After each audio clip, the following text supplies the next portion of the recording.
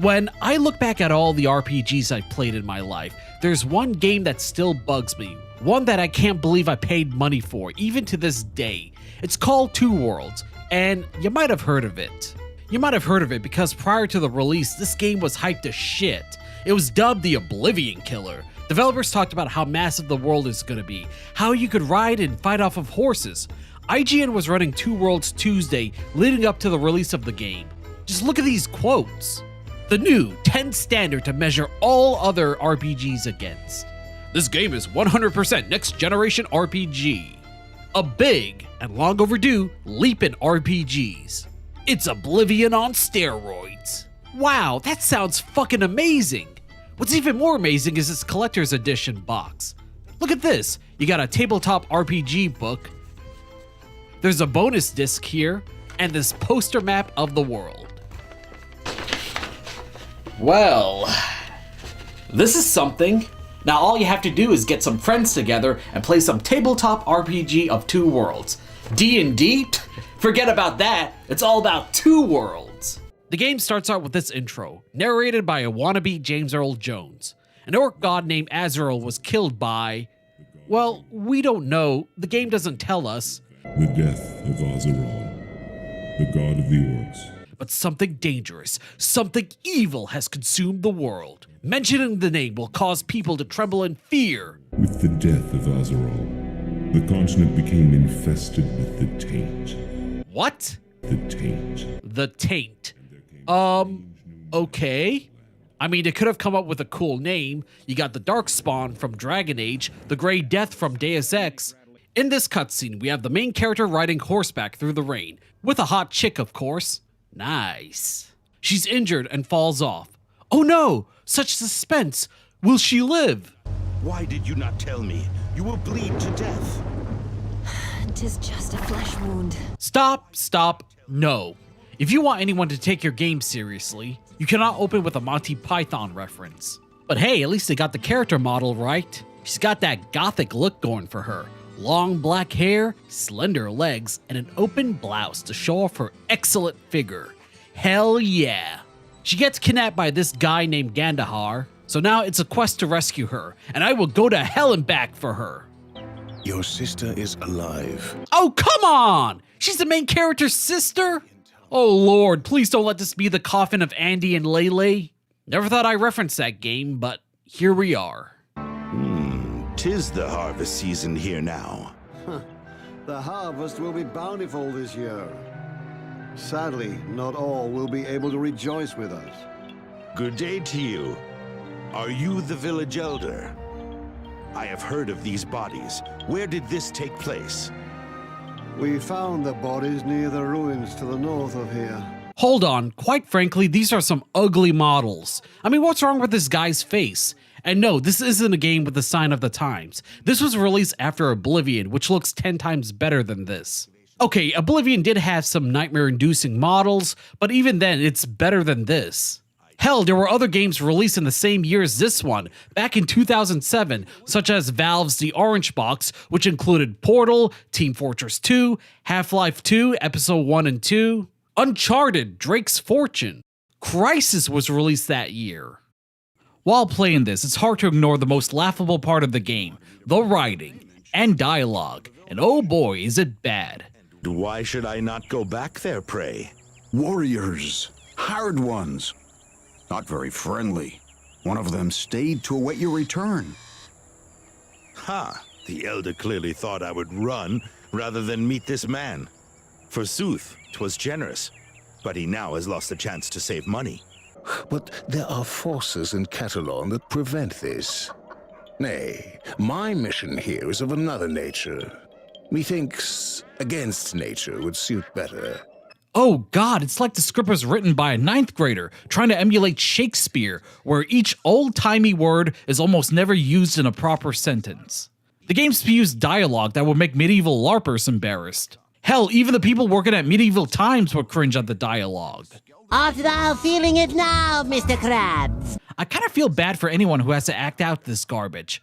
Actually, no I don't. Bad writing or not, it's no excuse for this level of bad voice acting. I must speak with Ultar Karga. He also wishes to speak with you. I believe that my father is indeed impressed with your loyalty and skill. The way the characters interact, every line they say sounds forced with no emotion behind the acting or dialogue. In order to be reborn, the clan Karga needs the blood of our enemies. Mayhap, but I don't care for money. I will help Clan Karga to ruin the plans of Abrat. He will pay for everything. I am Baragal, but they call me Pillory. You ever seen actors intentionally act bad? No, do not go fight that dragon, Dragonborn, for it is dangerous. That pretty much sums up the acting in this game. Only in their heads, they think their acting is good. Anyway, back to the main quest. After returning to the village, I'm greeted by Gandahar. My name is Gandahar. The message you received was from me. I came to Talmont as soon as I read it. Why are you so cautious? My masters will tell you everything. I am only a messenger. He wants me to go meet with his master, Rice, in a place called the Goat's Cave. And by the way, I searched that cave, and there were no goats in there. This cave is a lie! So I speak to Rice, who tells me to speak to Gandahar. Why did I need to come here? Gandahar reveals he wished to revive Azrael, and in order to do that, they need a sacred key. And in order to get that key, 4 separate keys would need to be combined, representing the elements: earth, wind, water. Wait, what? Get out of here, Captain Planet! Gandahar doesn't know where the keys are, but luckily he has a contact who does, and points me in his direction. They call him Ho. What? Really? His name is Ho. What is he, a prostitute? Even the main character doesn't believe him. And the whereabouts of the last 3 parts are known to whom? I told you, Ho. So, I go see Gandahar's bottom bitch, who lives near the village of Windbreak, which I presume is down in the Valley of Ass. And this is where I start to question the game design. Up to this point, I've been fighting wolves, boars that lack depth perception, and bandits. But when I get near Ho's place, holy shit, wyverns! Okay, they showed up a little early on in the game. Talk about jumping the gun, don't you think? A huge leap from fighting low-level bandits to wyverns. Well, the game expects me to fight them, so I do, and I get my ass kicked. Actually, at the first village you arrive at, there's a side quest, possibly the first side quest in the entire game, where you're tasked with getting a piece of jewelry for this guy. Take this 500, it is a fair price for the crystal. Go to Boom Hill and find Edwin. He will sell you the crystal. Okay, a simple fetch quest. I head on over to the village where it's located, and the place has been ransacked by glacier orcs. What are glacier orcs? Hell if I know. I get my ass handed to me. And keep in mind, this is in the beginning of the game. Come to think of it, there are these shrines that refill your health and mana, and also act as respawn points. They are everywhere. It's almost as if the developers expected the players to die a lot. At this point, I said, screw it. I found a way to open up the cheat screen via console command and gave myself experience points to increase my stats. Hey, you know what? I got screwed out of $60 for this game, so I'm screwing it back. That doesn't make any sense. Anyway, I'm allowed this. I gotta mention how terrible the combat is. There's no way to attack where you're aiming at, so it all boils down to nothing more than a button masher, wildly swinging at everything around you, and I mean everything. You swing a short sword around like it's a freaking lightsaber. Every time you hit something, the most basic blood effect squirts out. I've seen better blood effects from the first Mortal Kombat game. Also, listen to the hit sound effect. What? I'm not punching, I'm cutting foes down with a sword. What, is Rocky in the game? Hey yo, Adrian, you got these bandits and evil wizards here. I'm gonna punch them. Punch them to death. Oh, that's not the video skipping on you. That's how the game runs. Every time you get into a fight, the frame rates drop from 20 to about 6. It's like everything needs a pause so the game can catch up. The game calculates frame rates with an abacus. Well, I do have to admit, there are some elements I actually like. For example, the loot system feels really rewarding because you're constantly discovering new and interesting equipment.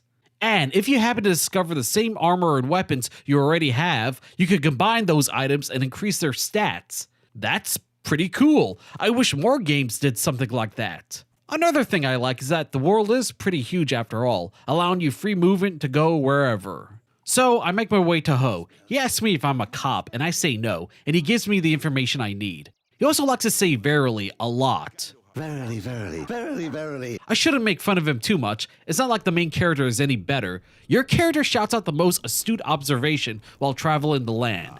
What's that? Seems locked. Closed. Oh, that's wet. Who does that? Who simply states whatever they're feeling currently out loud? Hot. Cold. Aroused. I'm gonna be honest, the main quest is a chore to do, not because you're trying to find the 4 keys, but because you're going back and forth talking to the same people. I already got that with Rice and Gandahar. But when I have to go get the Earth Relic, I have to talk to the captain of the guard, who tells me to go check out a caravan that was ambushed. I talk to him again, and he sends me to go clear a camp full of orcs nearby. I talk to him again, and he sends me to a cave to talk to the orc leader, who wants me to go all the way back to talk to the captain. Well, I got sick of the runaround and just killed his ass, and took the relic. Well, that was easy. If you thought that was bad, the quest to get the water element is worse. It's located inside the temple of this city. In order to find it, you have to talk to this guard, who sends you to talk to this guy, who sends me to talk to this guy, who sends me to talk to another guy. And then I finally head back to the guard to talk to him, who finally grants me access to the temple.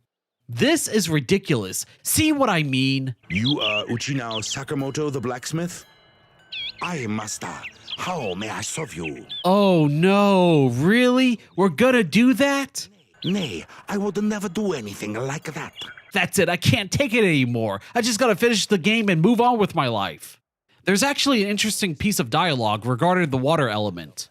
As always, Yatolin's eye watches over us, so the orcs are no threat. They refer to it as Yathalin's Eye, protecting against the orc forces building up outside the city. I wonder what would happen if I took the eye. I'm sure nothing bad will happen. I kill some serpents and take the water element. When I exited, the city was being invaded by orcs. The women and children were screaming for my help. I bravely ran away. What? It's not my fault the city's being attacked. Where were the guards anyway? Probably too busy trying to talk to the orcs. Thankfully, the developers put no effort into the wind element quest, since it was just laying around in a forest up for grabs. The fire element probably had a huge quest or something, but I was so sick of the game at that point, so I teleported through the door and took it. With all the artifacts in hand, I returned to Gandahar, him along with Rice, to start the ritual in this city, and for some reason my character's face is different from the one I made. He tries to negotiate for Kira's release, but the thing activates by itself, shooting a beam into the sky, and causing a giant pentagram to appear. The main character awakens to a pair of paladins. And we were hoping you would help us to find out who that person was. That was a mistake. 'Twas Gandahar. He played the part of the friend, then showed his true colors. Yeah, playing a friend and backstabbing me. Who could have seen that coming? This dude tells me I must stop the bad guys, which I'm about to do anyway. I head over to one of the towers and kill the keeper there to stop the summoning of the god. I finally arrive to confront the villains. First up is Rice, who immediately transforms into a Balrog. This fight is a bit tough, and he kills me a couple of times, but there is a resurrection shrine nearby, so I just keep throwing myself at him until he dies. Finally, it's time to face Gandahar. You're given a choice. Join him and become evil rulers of the land, or stop him. The ancients need her, and they need you too. All you have to do is join us. Yeah, I don't care at this point. Sure, I'll join you. What the? You stinking paladins can't stop me.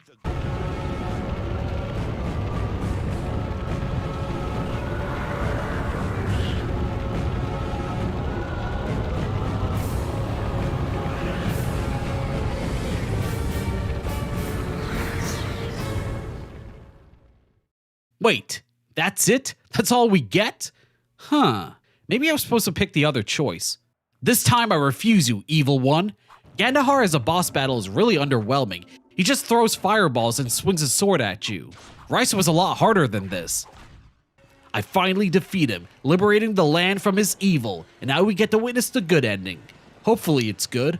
One day, you will see the truth. There is no truth.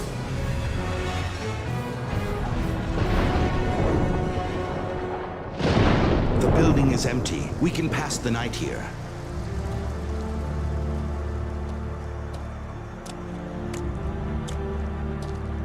Kira?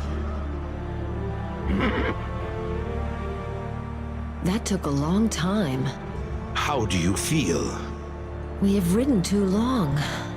I was exhausted, but I feel better now. We shall find a place of rest eventually. I promise you.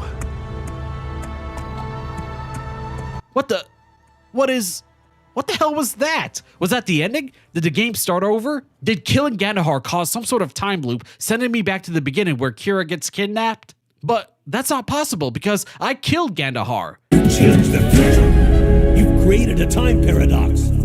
And why is Kira holding on to him so suggestively? Oh, god damn it. Well, that was Two Worlds. Yeah, not a good game. There are too few positives in this. I will admit the story was a bit intriguing, trying to do something original with the summoning of an orc god. But again, the positives are not enough. The layout of the quest is terrible. The acting, the dialogue, just awful. Thank God I completed this, and I never have to bother playing anything like this ever again. Ever.